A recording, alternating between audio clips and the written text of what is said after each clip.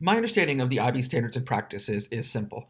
Just as students are evaluated through standards, so should teachers, school leaders, and schools be. It just makes sense.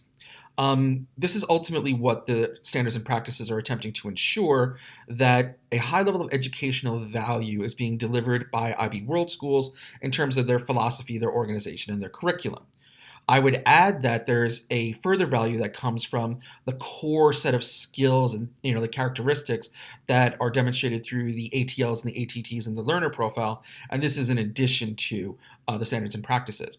What I think, though, is that sometimes people forget that standards and practices are meant to be a formative device, not a summative device.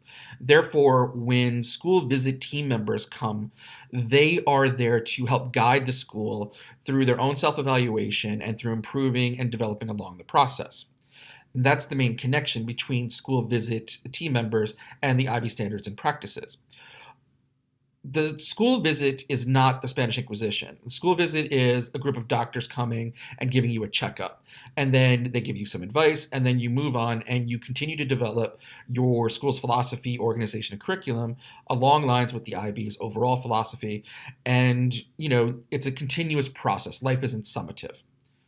And I think this is why, in the long run, just like we want our doctors to be, we want our school visit team members to demonstrate most. We want them to demonstrate all the aspects of the learner profile, but we want them to demonstrate most being caring, being open minded, and being balanced. They need to meet schools where they are. They need to come up with solutions that the schools, for the problems the schools, each individual school faces.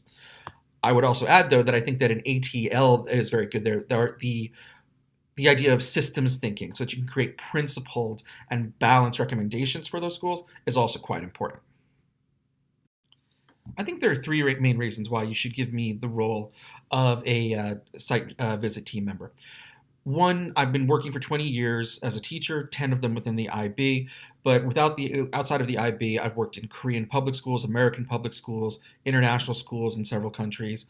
Therefore, I have a wide knowledge of various types of curricula, not just the IB, AP, Common Core, things like this. So I can meet teachers at schools where they are, I can understand their backgrounds, and I can speak to them and help devise solutions that are relevant to them. In addition to that, I've served as an instructional coach and an innovation coach at three different schools as well. This gives me the ability to not only meet teachers where they are, but to help them design solutions for their own individual problems within the IB framework, helping them to improve overall within their particular situations. Thank you.